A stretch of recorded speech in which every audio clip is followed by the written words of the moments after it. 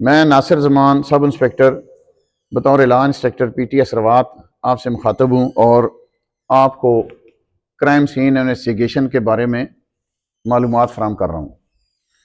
Crime scene से मुराद जाए वकूआ है, जहाँ पे कोई वकूआ सरजद हो उसको क्राइम सीन कहते हैं। मिसाल के तौर पे कोई एक्सीडेंट, कोई मर्डर, कोई डकैती की वारदात, चोरी की वारदात या कोई भी ऐसा जुर्म काबिल दस्तंदाजी पुलिस, जब पुलिस वहां पे जाती है, जिस जगह पे ये चीजें सरजद हुई हों उसे क्राइम सीन कहते हैं।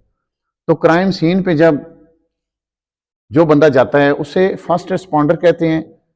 तो फर्स्ट रिस्पॉन्डर की जो जिम्मेदारियां होती हैं वो कुछ इस तरह है कि जब वो मौका वारदात पर पहुंचे, मौका वारदात पर पहुंचकर मौका वारदात को दो नजरों से देखा जाता है, क्लॉकवाइज और एंटी क्लॉकवाइज। क्लॉकवाइज से मुराद एक सरसरी आप जब नजर दौड़ाते हैं तो आपको नजर आ जाता है कि मौका वारदात पर फलां फलां चीजें मौजूद हैं, और एंटी क्लॉकवाइज के छोटी छोटी चीजें जो आपको मादी शहादतों की सूरत में नजर आती हैं। और मौका वारदात पर जब आप पहुंचते हैं तो आपने सबसे पहले फर्स्ट एंड लास्ट आपने मौका वारदात को बाउंड कर देना है, ओपन एयर की सूरत में या किसी कमरे, इमारत या खैमे की सूरत में। आपने उसके अंदर किसी को भी जाने की इजाजत नहीं देनी जब तक कि आपका कोई आला अफीसर ना आ जाए या आप खुद उस मुकदमे की तफ्तीश कर रहे हैं। तो आपने अपने इर्द गिर्द तमाम कंस्टेबलान मामूर कर देने हैं और उसको दो तरीकों से इनर कार्डन और आउटर कार्डन में तकसीम कर देना है।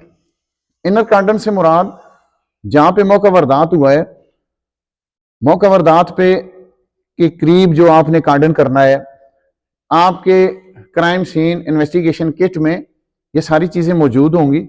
ये डंडियां लगा के आपने इसको कार्डन करके तो 3 फीट बैक पे आपने इसका आउटर कार्डन लगाना है।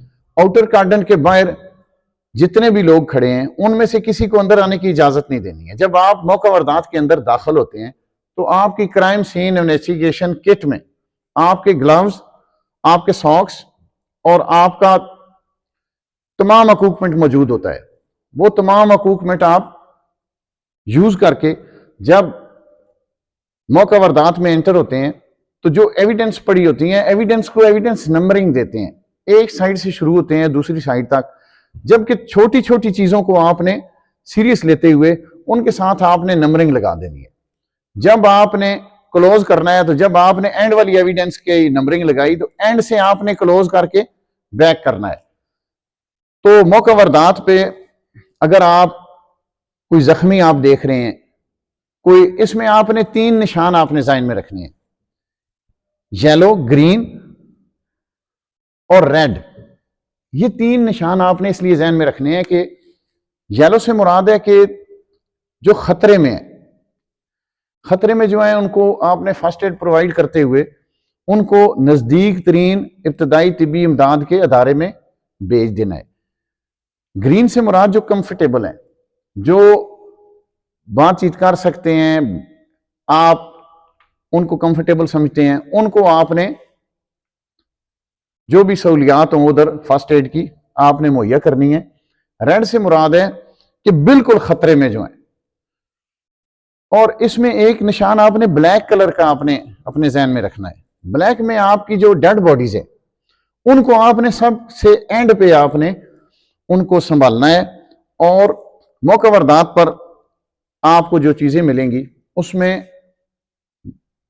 बुलेट हो सकता है, असला छीन हो सकता है, छुरी चाकू या डंडा कुल्हाड़ी, ये सारी चीजें हो सकती हैं।